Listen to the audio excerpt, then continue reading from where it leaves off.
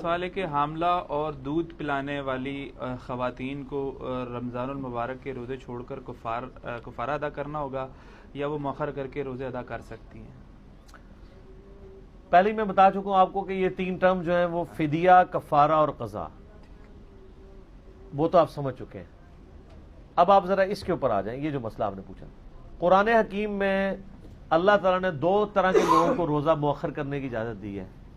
سورۃ البقرہ میں آیت نمبر 187 آنورڈ، ایک تو وہ مسافر ہو کہ وہ سفر والے روزے چھوڑ کے بعد میں رکھ لیں، اور یہ بعد میں ضروری نہیں ہے کہ فوراً بعد رکھنے ہیں، سردیوں میں بھی جا کے قضا کر سکتے ہیں آپ۔ اس میں یہ نہیں ہے کہ جی گرمیوں کا روزہ ہے تو گرمیوں میں قضا ہوگا، یہ آپ کو اللہ نے فیسلٹی دی ہے۔ صحیح بخاری مسلم میں آتا ہے، اما عائشہ کہتی ہیں میرے جو مینسز کے روزے چھوٹتے تھے نا رمضان کے، وہ میں اگلے سال شعبان میں ان کی قضا دیا کرتی تھی۔ البتہ اس میں یہ المصنف ابن ابی شیبہ میں، سنن الکبری البیہقی میں فتاوی صحابہ کے موجود ہیں کہ اگر کوئی ایک سال سے زیادہ ڈیلے کر دے اس کی قضا، تو پھر وہ ایک روزے کا فدیہ بھی دے ہر روزے کے بدلے میں، قضا بھی رکھے۔ اس پہ یعنی صحابہ کے یہ فتاوی موجود ہیں۔ اگر ایک سال کے اندر قضا کر لیتے پھر ٹھیک ہے۔ عورتوں کا جو مسئلہ ہے نا، قرآن پاک میں چونکہ آیا کہ جی مسافر بھی مؤخر کر سکتا ہے اور مریض بھی۔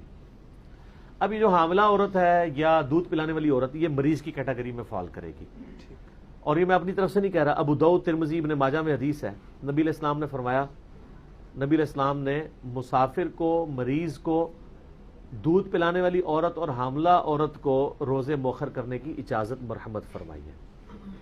لیکن اب پھر مسئلہ کھڑا ہو جائے گا کہ ایک عورت پریگننٹ تھی، 8-9 مہینے اس نے روزے، یعنی وہ 1 سال کے روزے اس کے گئے، اب 2 سال دودھ پلانا ہے، 2 سال کے اگلے روزے گئے، پھر وہ پریگننٹ ہو گئی، پھر 1 سال کے روزے گئے، پھر 2 سال دودھ پلانا ہے، یوں کرتے ہوئے 5-6-7 کئی 8-9 سال تک عورتیں اس تکلیف سے گزرتی ہیں، تو وہ پھر 9 سال کی قضا کون دے گا؟